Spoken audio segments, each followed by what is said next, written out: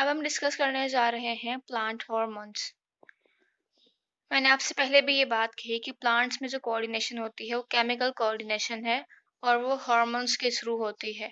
तो अब हम प्लांट्स में कौन कौन से हार्मोन्स हैं और उनका क्या इफेक्ट है डिटेल से पढ़ेंगे। सबसे पहले हार्मोन्स क्या हैं।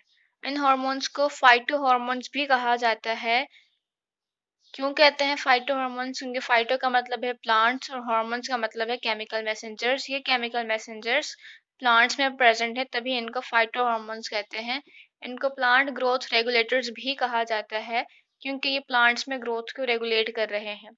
तो certain chemicals are produced by plants that have profound effect on growth and development of plants.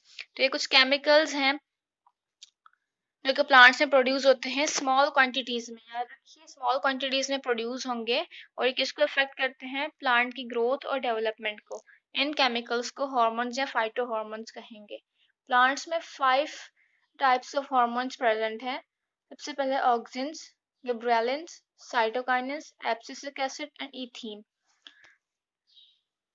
Auxins को डिस्कस करेंगे। ये ऑक्सिन किसी एक हार्मोन का नाम नहीं है, ये क्लास है हार्मोन्स की, इसमें बहुत सारे हार्मोन्स हैं।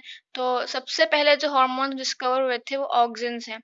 Auxins are a class of plant growth substances first revealed by Fritz Wendt in 1926। Auxins को डिस्कवर किसने किया है? फ्रिट्ज वेंट ने डिस्कवर किया 1926 में।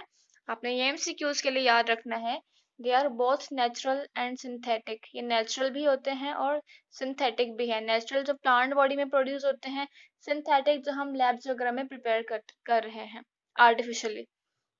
तो नेचुरली अकरिंग ऑक्सिन्स कौन से हैं? These are indole acetic acid, IAA जिसको इसका शॉर्ट फॉर्म है, phenyl acetic acid and indole butyric acid. ये सारे नेचुरली अकरिंग ऑक्सिन्स हैं। तो सबसे पहले जो इनमें से डिस्कवर हुआ था वो इंडोल एसिटिक एसिड था। आप बाकी सबके नाम चाहें तो ना याद रखें, लेकिन indole acetic acid is a auxin, ये आपको पता होना चाहिए। ये एमसीक्यूज में पूछा जा सकता है। सिंथेटिक ऑक्सिन्स कौन से हैं जो कि आर्टिफिशियली प्रिपेयर किए जाते हैं? नेफ्थलीन एसिटिक एसिड, 2,4-डाइक्लोरोफिनॉक्सी एसिटिक एसिड, इसको 2,4-D भी कहा जाता है। साइटोसिंथेसिस, ये सिंथेसाइज कहाँ पे होते हैं? They are synthesised at apices of stem and root. ये प्लांट है, प्लांट का जो ऊपर वाला रीजन है इसको एपेक्स कहा जाता है। यहाँ जो सेल्स प्रेजेंट हैं इनको एपिकल मेरिस्टम्स कहते हैं क्योंकि वो सेल्स कंटिन्यूअसली डिवाइडिंग सेल्स हैं। तो रूट और शूट की टिप्स को हम अपाइसिस कहते हैं। यहाँ जो सेल्स हैं वो मेरिस्टमेटिक सेल्स हैं, उनमें ग्रोथ हो रही है तो इसको हम एपिकल मेरिस्टम कहते हैं। तो ऑक्सिन्स कहाँ सिंथेसाइज होते हैं? रूट और स्टेम के टिप पे। अब इनका हम रोल देखते हैं। सबसे ज्यादा इंपॉर्टेंट इनके रोल हैं। सबसे पहले है cell division and cell enlargement. Auxin stimulates cell division, cell enlargement and brings about increase in plants. For example, auxin इस जगह पे प्रेजेंट है, वो यहाँ पे सेल डिवीजन भी करवा रहा है, मतलब कि सेल की तादाद भी बढ़ रही है और सेल enlargement भी करवा रहा है। सेल enlargement का मतलब क्या है कि सेल का साइज इंक्रीज करवा रहा है। और वो साइज कैसे इंक्रीज करवाता है? सेल वॉल को लूज कर सेल वॉल लूज होगी तो प्लांट सेल का साइज इंक्रीज होगा। अब नए सेल भी बन रहे हैं, सेल का साइज भी इंक्रीज हो रहा है, तो जिस पार्ट पे ये काम हो रहा होगा उस पार्ट में इंक्रीज आएगा। फॉर एग्जांपल यहाँ पे ये डिवीजन और इनलार्जमेंट हो रही है तो यहाँ पे लेंथ प्लांट की इंक्रीज होगी। अगर ऑक्सिन्स के साथ यहाँ पे साइटोकाइनेंस और गिबरेलिन्स प्रेजेंट होंगे तो सेल डिवीजन और सेल एनलार्जमेंट का इफेक्ट और स्ट्रॉन्गर होगा। इसके अलावा अगर प्लांट में ऑक्सिन और साइटोकाइनेंस की अमाउंट इक्वल प्रेजेंट होगी तो इसके रिजल्ट में जाइलम टिश्यूज बनेंगे। और जाइलम टिश्यूज क्या है? ये प्लांट में सेकेंडरी ग्रोथ करवाते हैं। तो प्लांट में सेकेंडरी ग्रोथ कब होगी और जाइलम कैसे बनेंगे? जब ऑक्सिन और साइटोकाइनेंस की कंसंट्रेशन प्लांट में बिल्कुल इक्वल हो जाएगी। तो in short auxin has a role in cell division and cell enlargement. फिर सेकेंड रोल है इनिशिएशन ऑफ रूट्स। ऑक्सिन जो है ये एडवेंटिशियस रूट्स की डेवलपमेंट को इनिशिएट करवा रहा है। फॉर एग्जांपल आप कोई स्टेम लें, स्टेम का कट पार्ट लें और वहां पे आप ऑक्सिन अप्लाई करें तो वहां स्टेम से रूट्स निकलना स्टार्ट करेंगी। तो वो जो रूट्स स्टेम से निकल रही हैं, डिफरेंट पॉइंट से निकल रही हैं, उनको हम एडवेंटिशियस रूट्स कहेंगे। फिर एब्सिशन, एब्सिशन कहते हैं झड़ने को, गिरने को। तो ऑक्सिन का काम क्या है, ये एक प्लांट है और ये लीव है। यहाँ इस प्लांट के साथ कोई फ्रूट लगा हुआ है, फॉर एग्जाम्पल एप्पल लगा हुआ है, तो ये लीव और प्लांट गिर नहीं रहे, यहाँ प्रेजेंट है, प्लांट बॉडी के साथ अटैच्ड हैं। क्यों अटैच्ड हैं? ये ऑक्सिन की वजह से। जब तक यहाँ पे ऑक्सिन मौजूद है तो ना ये लीव गिरेगा ना ये फ्रूट गिरेगा। लेकिन जब यहाँ पे ऑक्सिन की कंसंट्रेशन कम हो जाती है, तो ऑक्सिन की कंसंट्रेशन कम होने से ये जो स्टॉक है पेटियोल, यहाँ पे ये पेटियोल है और ये स्टॉक है इस फ्रूट का, तो यहाँ पे एक लेयर बनती है, उस लेयर को कहते हैं एब्सिसिक लेयर। तो अब इन फ्रूट्स और लीव्स की प्लांट बॉडी के साथ अटैचमेंट कम होती है, तो को जरा सा आप झटका देंगे तो ये नीचे गिर जाएंगे। तो ऑक्सिन क्या करता है, इनको गिरने नहीं देता। ऑक्सिन नहीं होगा तो यहाँ एक लेयर बनेगी जिसको एब्सिसिक लेयर कहेंगे, और फिर ये लीव्स झड़ भी जाएंगे, और अगर फ्रूट मौजूद है तो झटके से गिर भी जाएंगे। तो in mature leaves and fruits when auxin production decreases या कम हो जाती है, तो layer of thin walled cell is formed at the base of petiole and stalk of fruit. तो पेटियोल के बेस पे और जो फ्रूट स्टॉक है, यहाँ पे एक लेयर बनती है, उसको एब्सिसिक लेयर कहते हैं। This layer is called abscisic layer and cause fall of leaves and fruit with slight jerk. तो थोड़े से धक्के के साथ वो लीव गिर जाएगा, या वो फ्रूट्स अगर लगे हुए हैं तो वो गिर जाएंगे। फिर है ऑक्सिन का role in growth of fruit. Auxin जो है एम्ब्रियोज को प्रोमोट करते हैं ताकि फ्रूट की ग्रोथ हो सके, तो फ्रूट की ग्रोथ में इनका रोल है। फिर है पार्थेनोकार्पी। पार्थेनोकार्पी क्या है, ये it is a type of asexual reproduction. ठीक है, एसेक्सुअल रिप्रोडक्शन की टाइप है जिसमें प्लांट प्रोड्यूस जिसमें फ्रूट्स प्रोड्यूस होते हैं विदाउट फर्टिलाइजेशन। पार्थेनोकार्पी में क्या होगा, इसको कैसे डिफाइन करेंगे, formation of fruits and development of fruits without fertilization. It is a type of asexual reproduction, एक ही पेरेंट इन्वॉल्व होता है, और यहाँ जो इसके रिजल्ट में फ्रूट्स बनेंगे इनको पार्थेनोकार्पिक फ्रूट्स कहेंगे, और वो सीडलेस होंगे, उनमें सीड्स मौजूद नहीं होंगे। तो पार्थेनोकार्पी में क्या हो रहा है, फर्टिलाइजेशन के बगैर फ्रूट्स बनते हैं। तो ऑक्सिन का इसमें रोल है, ऑक्सिन सिग्नल्स देता है, और विदाउट फर्टिलाइजेशन पार्थेनोकार्पिक या सीडलेस फ्रूट्स बनते हैं। ग्रेप्स जिनमें सीड्स नहीं होते, ऑरेंजेस जिनमें सीड्स नहीं है, तो कैसे बन रहे हैं, पार्थेनोकार्पी के थ्रू बनते हैं। फिर एपिकल डोमिनेंस। ये अगर स्टेम है तो प्लांट का जो अपर रीजन है इसको हम एपेक्स कहते हैं। तो यहाँ पे क्या प्रेजेंट है, एपिकल बर्ड्स प्रेजेंट है, और यहाँ साइड्स पे लेटरल बर्ड्स प्रेजेंट है। एपिकल बर्ड से क्या होता है, प्लांट की लेंथ इंक्रीज होती है, लेटरल बर्ड से डिफरेंट ब्रांचेस निकलती हैं और प्लांट की विड्थ इंक्रीज होगी। लेकिन यहाँ पे क्या होगा, ऑक्सिन का एक इनहिबिटरी इफेक्ट है। जब तक प्लांट में एपिकल बर्ड्स प्रेजेंट हैं तो ऑक्सिन रिलीज होता है और इन लेटरल बर्ड्स को इनहिबिट करता है, इनको ग्रोथ नहीं करने देता। तो हम क्या कहेंगे कि यहाँ पे एपिकल बर्ड्स जो हैं वो हावी हैं, वो डोमिनेंट हैं, उनकी मौजूदगी में लेटरल बर्ड्स ग्रो नहीं कर सकते। अगर आपने इस प्लांट की विड्थ को इंक्रीज करवाना है तो हमें एपिकल बर्ड या अपर पोर्शन काटना होगा। एपिकल बर्ड हट जाएंगे, कट जाएंगे, तो प्लांट की विड्थ भी इंक्रीज होगी और मजीद ब्रांचेस भी निकलेंगी इसमें से। तो auxin has inhibitory effect on growth. तो ये ऑक्सिन का क्या है, इनहिबिटरी ग्रोथ है, क्योंकि एपिकल बर्ड्स जब तक प्रेजेंट है वो वहां से रिलीज होकर इन लेटरल बर्ड्स को रोक रहा होता है, इनहिबिट कर रहा होता है, इनको ग्रोथ नहीं करने दे रहा। इस फिनोमेना को एपिकल डोमिनेंस कहते हैं, क्योंकि एपिकल की मौजूदगी में लेटरल बर्ड्स की ग्रोथ नहीं हो पा रही। एपिकल बर्ड्स डोमिनेंट है प्लांट पर। तो removal of apical bud initiates growth of lateral birds. आप एपिकल बर्ड को रिमूव करेंगे तो लेटरल बर्ड्स की ग्रोथ होगी और सेकेंडरी ग्रोथ होगी और सेकेंडरी ब्रांचेस निकलेंगी। वीडीसाइड, वीड्स कहते हैं एक्स्ट्रा या अनवांटेड ग्रास को, अनवांटेड प्लांट्स को जो हमें नहीं चाहिए, खुद ही लॉन्स वगैरह में ग्रो करना स्टार्ट हो जाते हैं। तो ऐसे प्लांट्स को कैसे किल किया जा सकता है, सिंथेटिक ऑक्सीजन यूज करके 2,4-डाइक्लोरोफिनॉक्सी एसिटिक एसिड को यूज करके इन वीड्स को किल किया जा सकता है। ये वीड्स फौरन वहां पे खत्म हो जाएंगे। तो यहाँ पे भी इनका रोल है। फिर फ्लावरिंग, ऑक्सीजन जो है दे इनिशिएट फ्लावरिंग, फ्लावर्स की डेवलप या ग्रोथ करवाते हैं। It can delay senescence of flowers, senescence कहते हैं ओल्ड एज को। ये फ्लावर्स की ओल्ड एज को डिले करते हैं, मतलब कि उनको बुढ़ा नहीं होने देते, उनको हरा भरा रखते हैं, उनको जवान यंग रखते हैं। सेकेंड हार्मोन है गिबरेलिन। सबसे पहले गिबरेलिन की डिस्कवरी की बात करते हैं। इनको डिस्कवर किया गया राइस फील्ड में मौजूद सीडलिंग्स में। कुछ सीडलिंग्स ऐसे थे और कुछ राइस प्लांट्स ऐसे थे जिनमें बहुत ज्यादा ग्रोथ नजर आ रही थी, जिनकी जो लेंथ है वो नॉर्मल सीडलिंग से बहुत ज्यादा थी। तो बहुत ज्यादा ग्रो होने के बाद, बहुत ज्यादा लेंथ इंक्रीज होने के बाद वो फॉल ऑफ हो जाते, गिर जाते विदाउट प्रोड्यूसिंग ग्रेन्स, और उनमें चावल के दाने प्रोड्यूस नहीं होते। तो विदाउट प्रोड्यूसिंग ग्रेन्स वो जितने लंबे प्लांट्स थे, सीडलिंग्स थे, वो नीचे गिर जाते। तो इस डिजीज को फार्मर्स ने नाम दिया बेकानी का, जिसका मतलब है फुलिश सीडलिंग।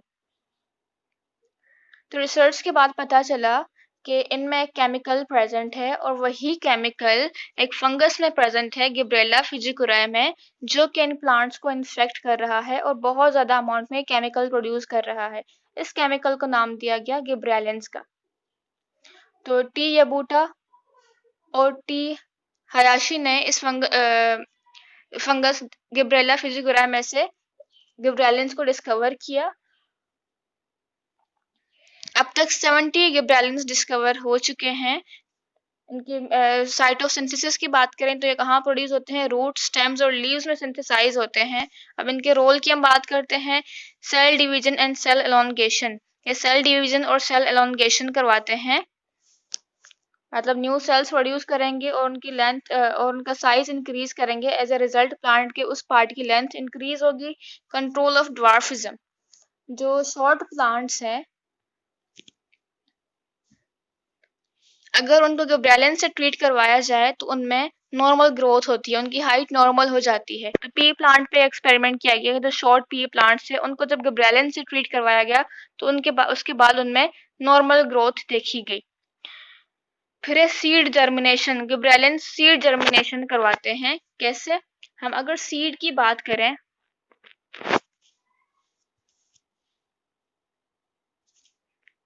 ये सीड है, ये सीड कोट है, बाहर हार्ड सा स्ट्रक्चर, यहाँ एम्ब्रियो है और यहाँ पे एक टिश्यू है, इसको एंड्रोस्पर्म कहा जाता है।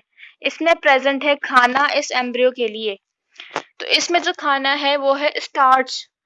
स्टार्च क्या है? पॉलीसेकेराइड है, बड़ा मॉलिक्यूल है। तो ये एम्ब्रियो जो है उस स्टार्च को यूटिलाइज नहीं कर सकता। उस स्टार्च को कन्वर्ट होना है स्मॉल मॉलिक्यूल्स में, और वो कौन करता है? अल्फा अमाइलेज कन्वर्ट करता है। ये जो स्टार्च है इसको ये एम्ब्रियो यूटिलाइज नहीं कर सकता। तो स्टार्च को हमें ब्रेक करना है सिंपल ग्लूकोज मॉलिक्यूल्स में, स्मॉल मॉलिक्यूल्स में, ताकि ये एम्ब्रियोस को यूज कर सके। और ये किसकी मौजूदगी में होता है? अल्फा अमाइलेज एंजाइम की मौजूदगी में होता है। अल्फा अमाइलेज प्रेजेंट होगा तो स्टार्च टूटेगा सिंपलर शुगर्स में। तो अल्फा अमाइलेज की सिंथेसिस कौन करवाता है? गिबरेलिन्स करवाते हैं। तो हम कहेंगे गिबरेलिन्स का सीड जर्मिनेशन में भी रोल है। जर्मिनेशन का मतलब क्या है कि इसमें से फिर जो प्लांट निकलेगा उसको हम जर्मिनेशन कहेंगे। फिर formation of flowers and growth of pollen tube, ये फ्लावर्स की ग्रोथ को प्रमोट करते हैं। इसके अलावा पोलन ट्यूब की ग्रोथ करवाते हैं। अब पोलन ट्यूब की कैसे ग्रोथ करवाएंगे? ये कार्पल है, ये स्टिग्मा, स्टाइल, और यहाँ पे ओवरी प्रेजेंट है। यहाँ पे पोलन ग्रेन्स आते हैं। इन पोलन ग्रेन से ट्यूब निकलती है जो कि ओवरीज तक जाती है और फिर फर्टिलाइजेशन होती है। तो ये जो ट्यूब है, पोलन ट्यूब, कब निकलेगी, कब यहाँ पोलन ग्रेन से प्रोड्यूस होगी? जब यहाँ से एक सिग्नल जाएगा, और वो कौन भेजेगा? गिबरेलिन्स। तो गिबरेलिन्स क्या कर रहे हैं? फ्लावरिंग की ग्रोथ भी प्रमोट कर रहे हैं और पोलन ट्यूब की भी ग्रोथ करवाते हैं। इसके बाद है पार्थिनोकार्पी। पार्थिनोकार्पी हम ऑक्सीजन में भी डिस्कस कर चुके हैं। ये क्या है? Development of fruits without seeds, ऐसे फ्रूट्स जो कि सीड जिनमें सीड्स प्रेजेंट नहीं होते और ये एसेक्सुअल टाइप है। तो गिबरेलिंस सीडलेस फ्रूट्स प्रोड्यूस करते हैं या पार्थेनोकार्पिक फ्रूट्स प्रोड्यूस करते हैं। उसके बाद है थर्ड हार्मोन साइटोकाइनेंस। साइटोकाइनेंस को किसने डिस्कवर किया है? मिलर ने डिस्कवर किया था कोकोनट मिल्क से। इसके अलावा इसके सोर्सेज क्या हैं? ये हेरिंग स्पर्म डीएनए, ये एक फिश है उसके डीएनए में प्रेजेंट है, उसके स्पर्म में के डीएनए में मौजूद है और ईस्ट एक्सट्रैक्ट में प्रेजेंट है। नेचुरली अकरिंग साइटोकाइनिन को जियाटिन कहा जाता है और ये प्रेजेंट है मेज ग्रेन, मकई के दानों में। तो आपने याद रखना है कि naturally occurring cytokinin is called zeatin और जो सिंथेटिक साइटोकाइनिन है उसको काइनेटिन कहा जाता है। ये एमसीक्यूज में पूछा जाता है। नेचुरली अकरिंग जियाटिन है और जो सिंथेटिक है वो काइनेटिन है। नेचुरली अकरिंग जो जियाटिन है वो मेज ग्रेन में प्रेजेंट होता है। साइटोकाइनिन का रोल क्या है? ये सेल डिवीजन को इनिशिएट करवाता है in the presence of oxygen. Oxygen की मौजूदगी में सेल डिवीजन करवाएगा। डिले सेनिसेंस, सेनिसेंस मैं आपको पहले बता चुकी थी, ओल्ड एज को कहते हैं। तो ये ओल्ड एज को डिले करते हैं। लीव्स की ओल्ड एज आ रही है, फ्लावर्स में ओल्ड एज आ रही है तो उसको डिले करेंगे, उनको यंग रखेंगे। Breaking of seed dormancy, dormancy क्या है? डोरमेंसी कहते हैं स्लीपिंग स्टेज को। जब एक सीड में से, ये सीड है फॉर एग्जांपल, इसमें से प्लांट निकलेगा तो हम इसको जर्मिनेशन कहेंगे। इसमें से जब प्लांट नहीं निकल रहा तो ये सीड हम क्या बोलेंगे? किस स्टेज में है? स्लीपिंग स्टेज में है और इसको हम डोरमेंसी कहते हैं। तो साइटोकाइनिन क्या करते हैं? ये सीड डोरमेंसी को ब्रेक करते हैं, इनको जगाते हैं कि उठ जाओ, और फिर यहाँ से ये प्लांट निकलता है और जर्मिनेशन होती है। एंड प्रमोट फ्रूट डेवलपमेंट, और फ्रूट की डेवलपमेंट को प्रमोट कर रहे हैं। उसके बाद है फोर्थ एब्सिसिक एसिड। अभी जो हम 3 हार्मोन्स पढ़ के आए हैं ये ग्रोथ प्रोमोटर्स हैं।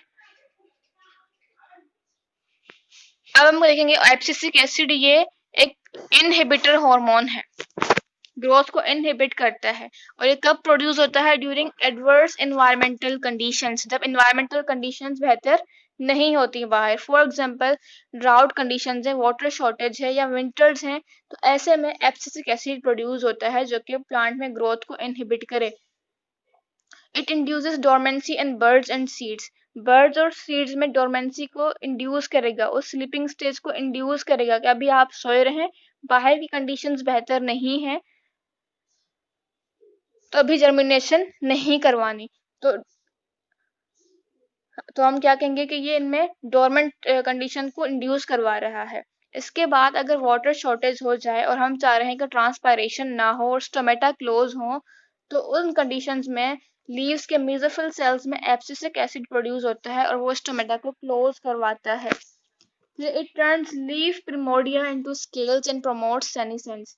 जो लीफ का सरफेस एरिया है, लैमिला है, उसको स्केल्स में कन्वर्ट करता है, उनका सरफेस एरिया कम करता है ताकि ट्रांसपायरेशन कम हो, और सेनिसेंस को प्रमोट, ताकि जो लीव्स है उनकी ओल्ड एज आए और वो झड़कर गिर जाए। ऐसा क्यों होगा? क्योंकि वाटर शॉर्ट है, जितने ज्यादा लीव्स होंगे उतनी ज्यादा ट्रांसपायरेशन होगी। तो इसका काम क्या है? उन लीव्स में ओल्ड एज आकर उनको गिरा देना है ताकि ट्रांसपायरेशन कम हो।